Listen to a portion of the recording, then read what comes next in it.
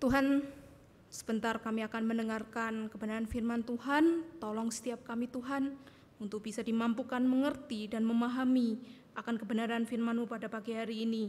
Dan iman kami semakin bertumbuh dari pendengaran akan firman Tuhan dan meresap ke pikiran setiap kami. Terima kasih Tuhan, di dalam nama Tuhan Yesus kami berdoa dan bersyukur. Amin. Shalom, selamat pagi Bapak Ibu Saudara yang dikasihi Tuhan.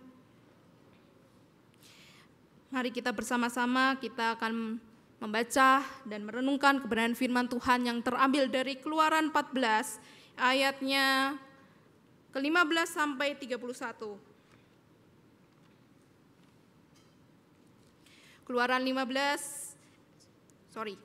14 ayatnya yang ke-15 sampai 31. Saya akan membacakan ayatnya yang ganjil dan Bapak Ibu Saudara membacakan ayatnya yang genap.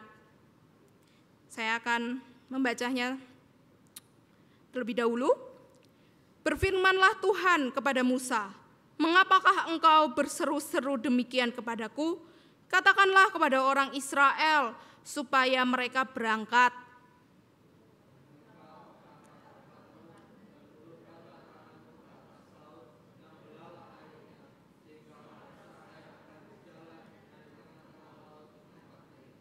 Tetapi sungguh aku akan mengeraskan hati orang Mesir sehingga mereka menyusul orang Israel dan terhadap Firaun dan seluruh pasukannya, keretanya dan orangnya yang berkuda, aku akan menyatakan kemuliaanku.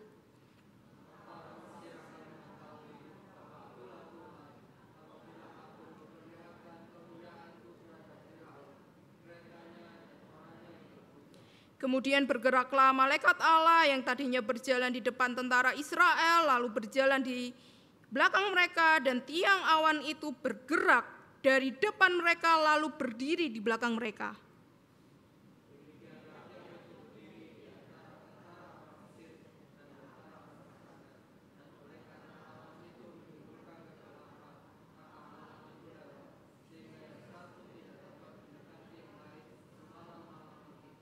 Lalu Musa mengulurkan tangannya ke atas laut, dan semalam-malaman itu Tuhan menggunakan air laut dengan perantaran angin timur yang keras, membuat laut itu menjadi tanah kering, maka terbelahlah air itu.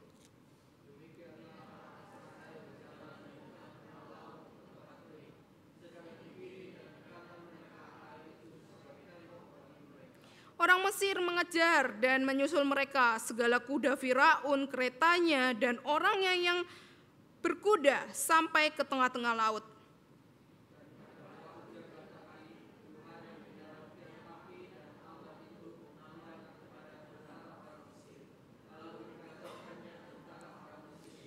Ia membuat roda keretanya berjalan miring dan maju dengan berat, sehingga orang Mesir berkata, "Marilah kita lari meninggalkan orang Israel, sebab Tuhanlah yang berperang untuk mereka melawan Mesir."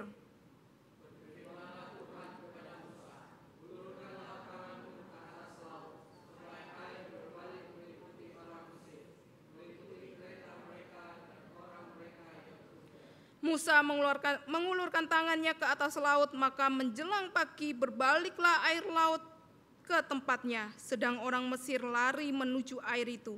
Demikianlah Tuhan mencapakan orang Mesir ke tengah-tengah laut.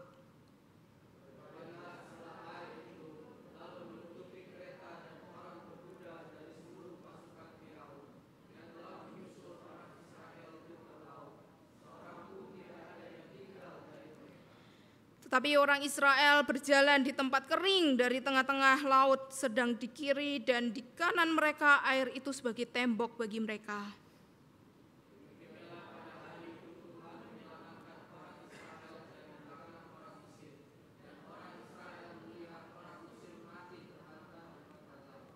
Ketika dilihat oleh orang Israel betapa besarnya perbuatan yang dilakukan Tuhan terhadap orang Mesir, maka takutlah bangsa itu kepada Tuhan dan mereka percaya kepada Tuhan dan kepada Musa hambanya itu. Demikianlah firman Tuhan. Bapak Ibu Saudara, suatu hari seorang hamba Tuhan bercerita tentang pengalamannya waktu mengantarkan anaknya pergi ke sekolah. Hari itu seperti biasa, berangkat pagi, masuk ke mobilnya, dan anak itu juga sudah membawa tasnya, sudah siap-siap menuju ke sekolah. Di tengah perjalanan, dia melihat, papahnya ini melihat jalan yang biasanya dilalui itu ditutup. Dan kemudian dia mengambil jalan lain. Ketika papahnya ini mengambil jalan lain, anaknya pun ngomong, "Pak, kok kita ini mau kemana? Bukannya ke sekolah itu pakai jalur yang itu ya? Kok jalannya beda?" Begitu terus sepanjang jalan anak ini ngedumel, menggerutu, ngomel, gak ada henti-hentinya. Dan papanya itu hanya diem saja. Si anak terus ngoceh, udah pasti terlambat ini. Papa gimana sih? Bukannya pakai jalan yang itu malah muter-muter. Sampai akhirnya anak ini diem. Diem karena mungkin udah capek sendiri karena menggerutu terus-terusan. Gak lama kemudian sekolah pun terlihat dari kejauhan. Anak ini bilang, "Wih, itu sekolahku." Yes, udah mau deket nih, jadi aku gak terlambat. Dan setelah itu sampai di depan, anaknya ini langsung ambil tasnya, buka pintu mobil, turun, segera berlari sambil bilang, "Makasih ya Pak, Papa hebat." Bapak Ibu Saudara, si anak ini sangat tahu papahnya baik. Gak mungkin yang namanya orang tua gak baik. Apalagi dia tahu papanya mau dia bersekolah. Papanya itu yang bayari semua kebutuhan sekolahnya. Tetapi pengetahuan tersebut ternyata tidak serta-merta membuat anak ini tenang. Waktu kondisinya gak sesuai dengan pemahamannya. Pemahamannya ya kalau ke sekolah ya ke arah itu, bukan ke sini. Kalau bukan ke arah sini, jangan-jangan Papa ini mau sengaja mau buat aku terlambat sekolah. Papa jadi aneh. Atau mungkin pikirannya Papa kayaknya gak mau nih aku sekolah. Pemahamannya, papanya itu dia bersekolah kalau dia diantarkan lewat jalur yang biasanya.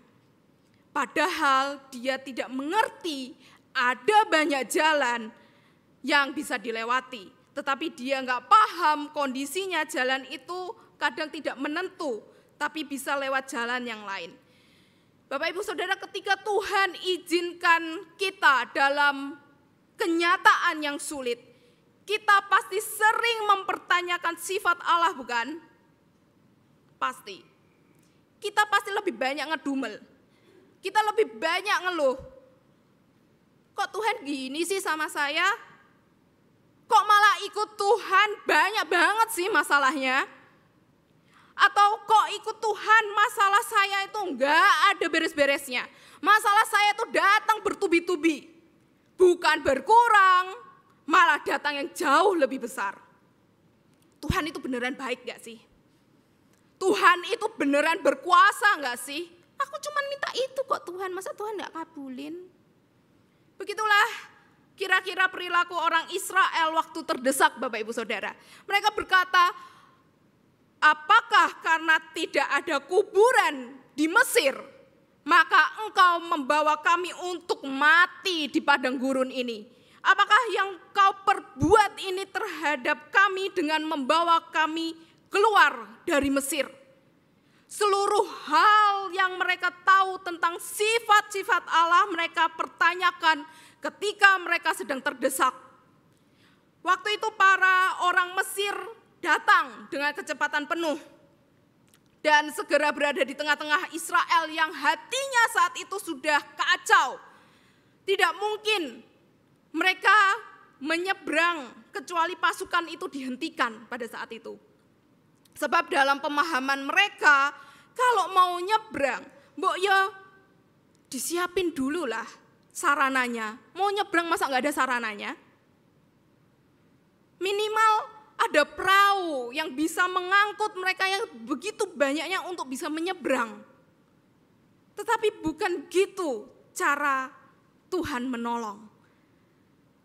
tiang awan sebagai simbol kehadiran ilahi, Bapak Ibu Saudara, itu berpindah dari depan ke belakang.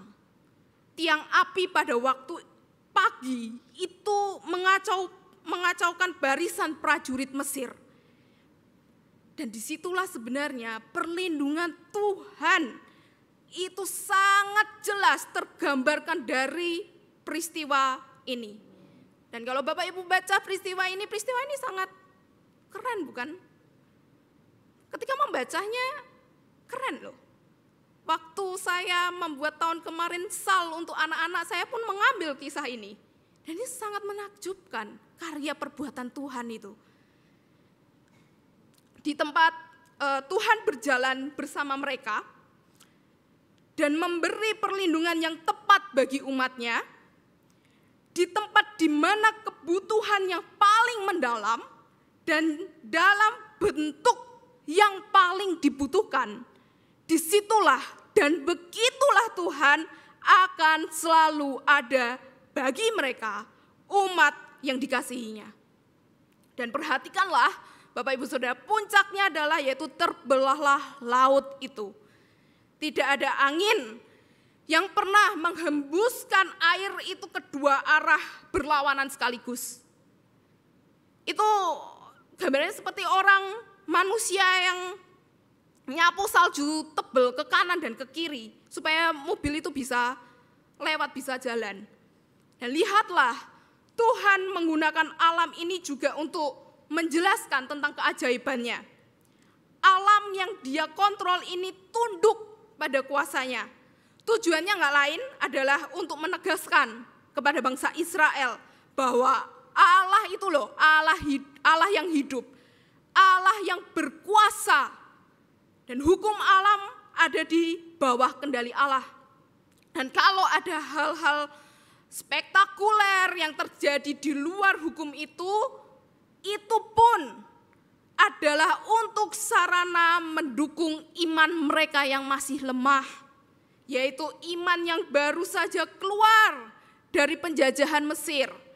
Dan Musa dengan tongkatnya, dia hanyalah bukti bahwa dia adalah juru bicara Allah.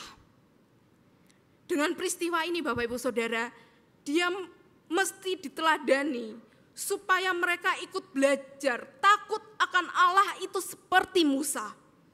Kalau kita ikut Tuhan dan masalah kita itu mereda kita terus menerus hingga akhirnya hidup kita mungkin aman-aman saja, saya percaya banyak orang yang akan mau ikut Tuhan Yesus. Pasti. Tetapi kenyataannya enggak begitu bukan Bapak Ibu Saudara? Ketika kita mengikut Tuhan Yesus, kenyataannya ada aja masalah yang menakutkan, ada aja masalah yang membuat kita terdesak. Lalu kita ngedumel, lalu kita ngeluh sama keadaan. Bahkan ada yang ngedumelnya sama Tuhan. Setiap detik, setiap menit, setiap hari ngoceh ngeluh sama Tuhan. Oke aja sih kita ngeluh sama Tuhan, Tuhan kok gini ya. Kita menyadari kita adalah manusia yang berdosa, yang lemah. Tetapi enggak sedikit yang ngedumelnya itu terus menerus hingga mewujudkan dan tindakan, yaitu tindakan meninggalkan iman kepada Tuhan. Dan itu sebuah keironian dan itu hal yang mengerikan. Ketika kita tidak percaya kepada pertolongan Tuhan, itu pun kita sudah dosa. Kita tidak percaya kepadanya. Kita itu sering gak sabaran, Bapak Ibu Saudara, dalam situasi apapun. Betul? Gak sabaran. Sering kita berkata, boleh gak sih Tuhan? Skip nih episode yang sulit bagiku. Aku mau langsung episode yang enak, yang menyenangkan. Kita maunya yang instan bukan? Makan Indomie aja pengennya yang cepat. Semua serba instan. Hidupku kalau bisa instan Tuhan. Pengen cepet beres. Pengen gak mau berlama-lama dalam situasi sulit tanpa melihat Tuhan lagi ngerjain apa sih dalam kehidupan saya. apa sih yang Tuhan sedang kerjakan? Tuhan mau memperlihatkan kepada saya di tengah situasi sulit yang seperti ini. Perhatikan apa yang Tuhan kerjakan sewaktu semua keajaiban itu terjadi. Dan orang Mesir berkata, marilah kita lari meninggalkan orang Israel. Sebab Tuhanlah yang berperang untuk mereka melawan Mesir. Keren kan? Ini firman Tuhan memang sekeren itu Bapak Ibu Saudara. Maka orang Mesir akan mengetahui bahwa akulah Tuhan apabila aku memperlihatkan kemuliaanku terhadap Firaun, keretanya, dan orang yang berkuda. Bapak Ibu Saudara, enggak ada rancangan celaka kan ya dalam rencana Allah itu sendiri. Bukankah itu pun juga buat kebaikan Israel pada saat itu? Jadi suatu hari nanti bangsa-bangsa yang akan menyerang mereka akan berpikir 2 kali kalau mereka mau menyerbu dan menyerang bangsa yang dikasihi Allah. Jadi bukan karena kebetulan atau bukan karena Tuhan lagi gegabah nih, makanya mereka terdesak kayak gitu. Lagi-lagi semuanya ada di dalam rencana Allah. Tinggal tunggu waktunya buat menunjukkan apa sih yang lagi direncanain dan lagi dikerjakan sama Tuhan. Bapak Ibu Saudara, semasa saya berkuliah di kota Bandung, saya kalau pulang ke kota Jepara, itu saya pasti pulang pakai kereta api. Begitu pula sebaliknya, kalau saya dari Jepara ke Bandung, pasti saya naiknya kereta api. Tapi karena di Jepara nggak ada stasiun, nggak ada bandara, saya mau nggak mau naik travel dari Jepara ke Semarang dulu, ke stasiun Tawang dulu. Saya masih ingat waktu itu jadwal Bandung-Semarang atau Semarang-Bandung itu dulu itu pilihannya dikit banget. Nggak kayak sekarang banyak banget jadwalnya. Itu waktu dulu bisa dihitung pakai jari.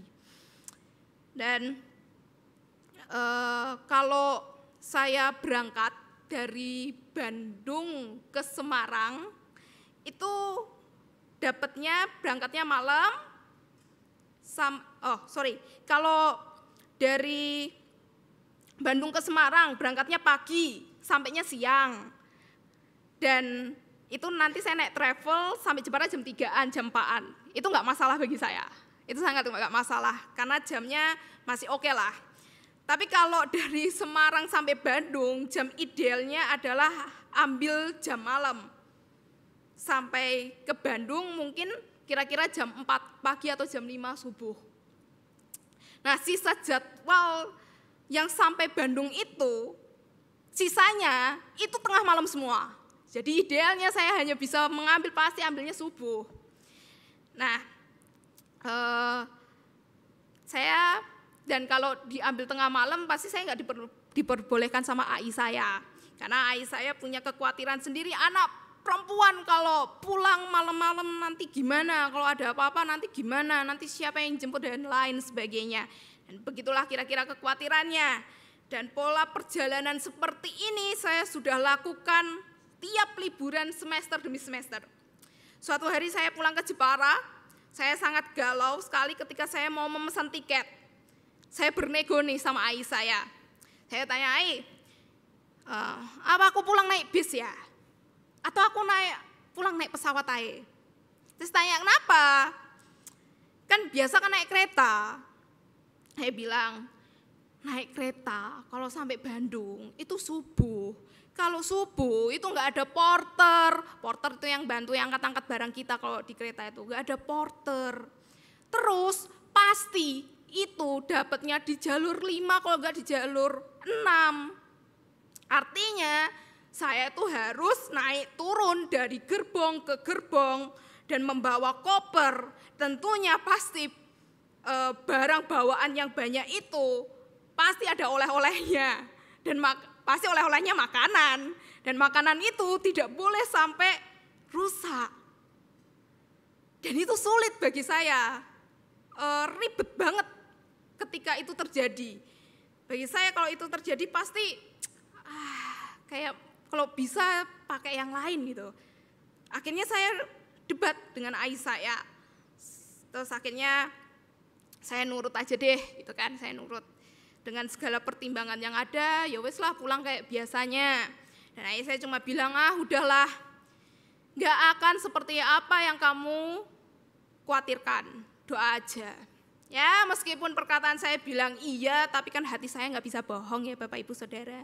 Saya gak bisa bohong, saya ngomel di hati saya packing, saya ngomel habis-habisan dalam hati.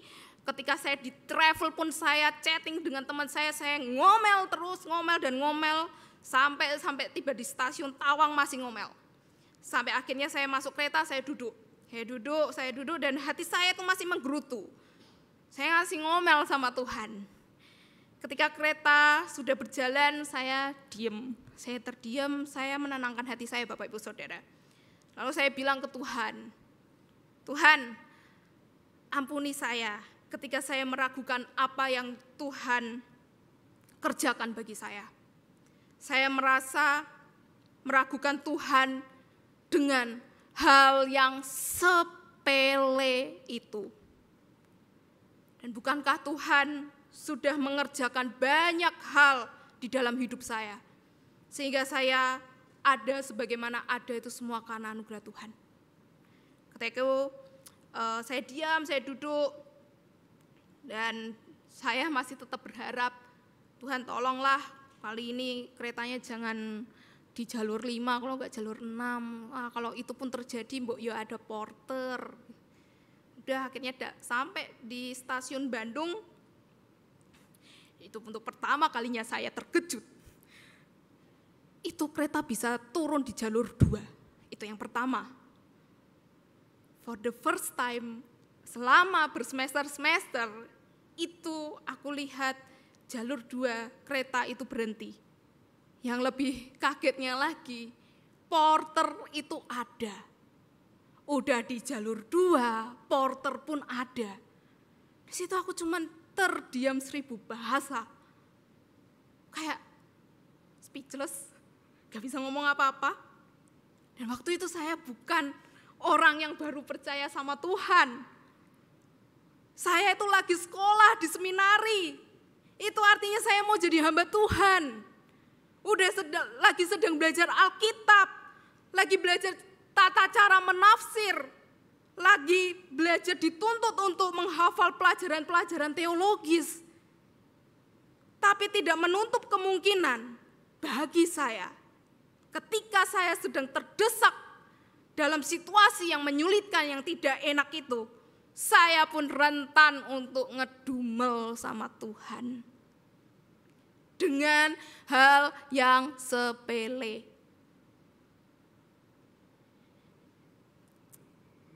Dan satu-satunya hal yang menolong saya untuk tetap kembali kepada Tuhan adalah dengan mengingat sifat dan karyanya yang ajaib selama ini. Apa yang udah dia kerjakan, semuanya itu tidak ada yang sia-sia Bapak Ibu Saudara. Semua itu bekerja untuk melatih pembelajaran iman yang saya sudah hafal selama ini. Bapak Ibu Saudara perhatikan kekuasaan Allah yang tampak bagi Israel.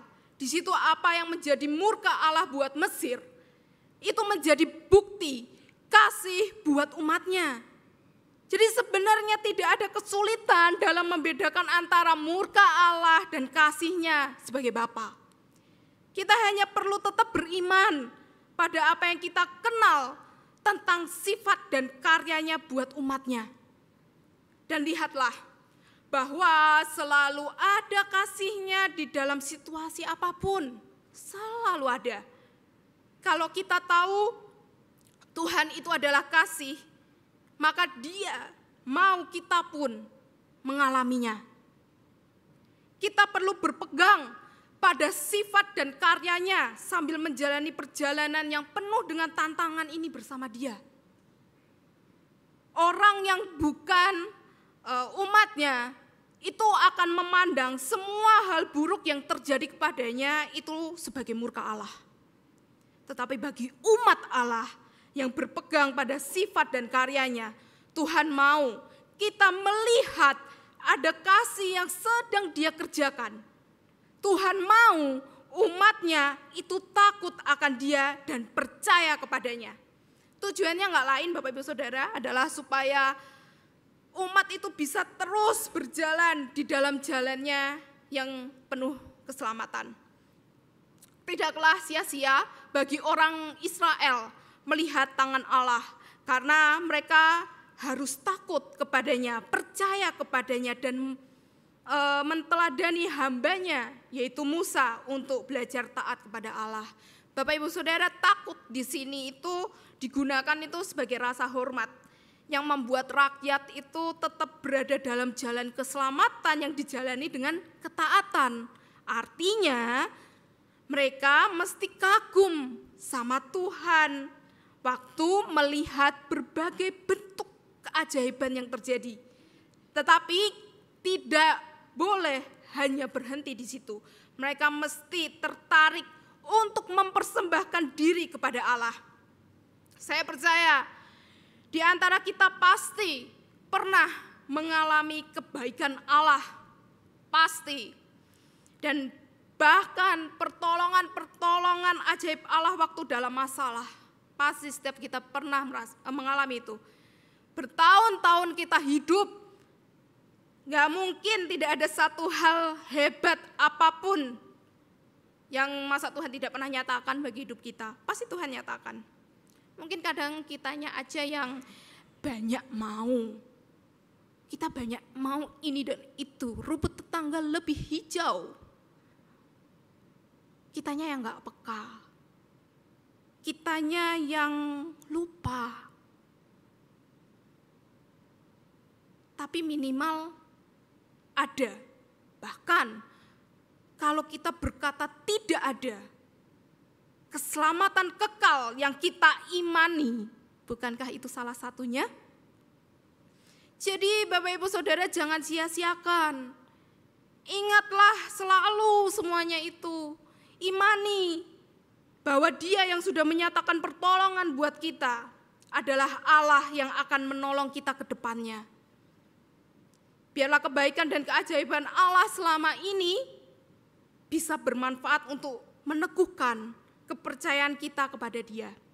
Kebaikan Allah yang begitu manis itu Bapak Ibu Saudara, itu mesti berlanjut pada ketaatan kita kepadanya. Oleh sebab itu kalau kata takut atau kagum di situ tuh diikuti dengan kata percaya.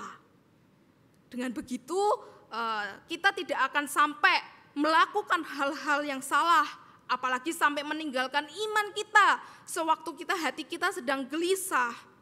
Dan ingatlah keajaiban karyanya, khususnya karya ajaibnya di dalam pengorbanan Yesus Kristus yang bisa membangkitkan kita dari kematian akibat dosa. Dan ingatlah itu dan percayalah bahwa kita itu pasti aman di dalam Tuhan. Meski kita harus hidup di tengah-tengah problem duniawi yang kadang membuat kita bingung, kita harus apa? Bapak Ibu Saudara, iman dalam bentuk pengetahuan kita tentang Tuhan itu memang baik. Memang iman itu mesti harus timbul dari pendengaran akan firman Tuhan dan kita harus meresapi itu dalam pikiran kita. Tapi kalau kita tidak meresap ke hati kita, maka itu tidak akan berakar. Semua itu nggak akan berakar, apalagi berbuah. Iman kepercayaan kita mesti kita harus alami dulu supaya bisa meresap ke hati dan berakar dalam hidup kita. Iman itu akan mewujud Bapak Ibu Saudara dalam gaya hidup kita. Maka gaya hidup kita mestinya menampilkan gaya hidup yang penuh kebaikan. Kalau kita beriman kepada Tuhan, Tuhan itu Allah yang Maha Kuasa, maka kita akan menampilkan sikap yang penuh ketenangan dalam menghadapi masalah. Kenapa? Karena kita tahu bahwa Tuhan yang mengasihi kita itu adalah Tuhan yang maha kuasa atas apapun. Kalau kita tahu Tuhan itu maha kudus, maka kita harus menampilkan gaya hidup yang menjauhi dosa, yang membenci dosa, bukan mencintai dosa. Karena Allah sangat membenci dosa. Maka iman itu mesti mewujud dalam tindakan kita. Tetapi iman itu mesti kita alami. Dan itulah sebabnya Tuhan mengizinkan kita ada di dalam titik genting suatu permasalahan. Karena disitulah sebetulnya kesempatan kita untuk mengalami sendiri iman dalam bentuk pengetahuan kita. Dalam perjanjian baru Bapak Ibu Saudara, itu pun sama. Tuhan Yesus pun mengizinkan kesulitan itu terjadi kepada murid-muridnya. Dalam kisah angin ribut yang diredakan salah satunya, Yesus memerintahkan muridnya untuk nyebrang ke laut. Di Lukas 8 ayat 22, kan Yesus bilang, marilah kita bertolak ke seberang danau. Dan tiba-tiba badai itu datang dan mereka semuanya di situ paniknya setengah mati. Dan sama seperti Tuhan yang meminta umat Israel itu menyeberang laut, Tuhan Yesus juga waktu itu mau murid-muridnya menyeberang danau yang ternyata itu penuh dengan badai. Jadi baik umat Israel dan murid-murid itu juga diberikan kesempatan untuk mengalami sendiri iman mereka tentang keajaiban Allah. Dan lewat peristiwa yang mengerikan itu. Tapi poin pentingnya adalah ada iman pengetahuan yang sudah tertanam dan tinggal di dalam peristiwa tersebut. Jadi ingatlah, kasih karunia Tuhan dan kemurahannya itu selalu menopang kita Bapak Ibu Saudara. Kasih-Nya itu yang menyelamatkan kita. Dan pengorbanan Kristus yang membuat kita menjadi anak-anak Allah. Dan rahmat-Nya dan berkat-Nya yang selalu baru tiap pagi. Ingatlah semuanya itu. Ingatlah. Supaya kita bisa melihat betapa baik Dia. Dan kita kagum setiap hari akan kebaikan-Nya itu. Sekalipun kondisi kita mungkin sedang tidak baik-baik saja. Seperti halnya yang pernah Tuhan katakan kepada Rasul Paulus, cukuplah kasih karuniaku bagimu, sebab justru dalam kelemahanku kuasaku menjadi sempurna. 2 Korintus 12 ayat 9. Pada saat penderitaan melanda kita, bagaimana reaksi kita Bapak Ibu Saudara? Gimana reaksi kita? Apakah kita akan mudah cepat sekali kecewa? Mudah sekali sangat bersungut-sungut? Apakah kita akan mengambil jalan kita sendiri tanpa mementingkan kebenaran firman Tuhan? Ataukah kita mau tetap percaya pada kasih karunia Allah yang selalu menopang kita dan tetap menjaga diri kita melakukan kehendak Tuhan? Apapun yang sedang kita gumulkan, apa yang terjadi dalam kehidupan kita, percayalah semuanya itu demi kebaikan kita. Tidak mungkin kita selalu berdoa sama Tuhan. Tuhan, kita selalu meminta kepada Tuhan itu roti kan? Kita selalu meminta ke Tuhan itu roti. Apa iya Tuhan ngasih kita kalajengking? Tapi kadang kita sebagai manusia berdosa, kita lihat roti itu jadi kalajengking. Padahal Tuhan tidak pernah sekali-kalinya ngasih kita itu ular. Tuhan selalu memberikan yang terbaik. Karena cara pikir kita tuh tidak akan sama dengan cara pikir Allah. Dan rancangannya tuh selalu baik bagi kita. Walaupun kita mungkin lihatnya itu sangat sulit. Jika hari-hari ini mungkin kita lebih banyak dosa kita mengeluh, habis ini pulang minta ampun ke Tuhan dan bertobatlah. Jangan sering-sering mengeluh. Mengeluh tidak akan membuat kita keluar dari masalah kita. Mengeluh hanya membuat kita semakin tidak percaya kepada Tuhan. Jangan sering-sering mengeluh. Jika itu ada masalah terjadi, berdoalah kepada Tuhan. Bapak Ibu Saudara, hanya dengan berpegang pada iman yang kita terima dari pendengaran firman, kita bisa mengalami sendiri perjalanan yang aman, menyeberangi kondisi apapun. Dan hanya dengan pengalaman iman itu, Bapak Ibu Saudara, kita itu akan semakin bertumbuh. Kita akan semakin tahu siapa Allah kita. Sehingga setiap kita akan menjadi lebih kuat, lebih tabah ketika menghadapi apapun yang sedang kita alami.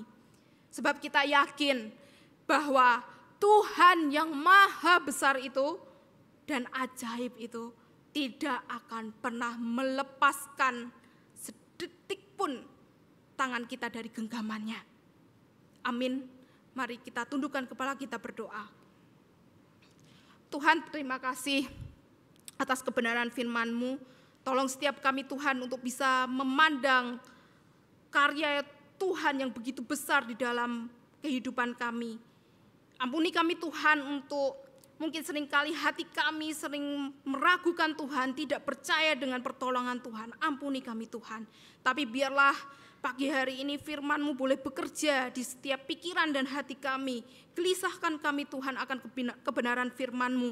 Dan biarlah kami bisa menghidupi sebagai anak-anak Tuhan yang berakar dan bertumbuh di dalam kebenaran firman Tuhan. Terima kasih Tuhan. Di dalam nama Tuhan Yesus kami berdoa dan bersyukur. Amin.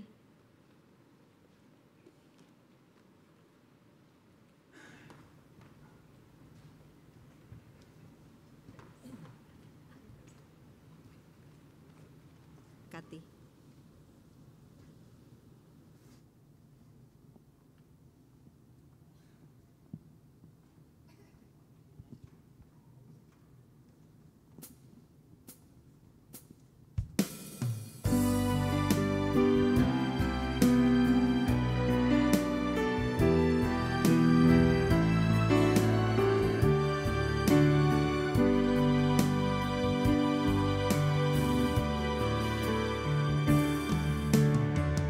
Berikanku hati seperti hati-Mu yang penuh dengan belas kasihan. Berikanku mata seperti mata-Mu memandang Tuhan yang di sekelilingku. Berikanku tangan-Mu untuk melakukan tugas-Mu. Berikanku kaki-Mu melangkah dalam rencana-Mu. Berikanku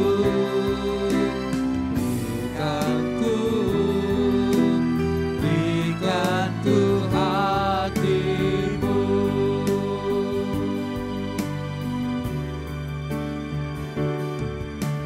Berikanku hati seperti hati-Mu yang penuh dengan belas kasihan.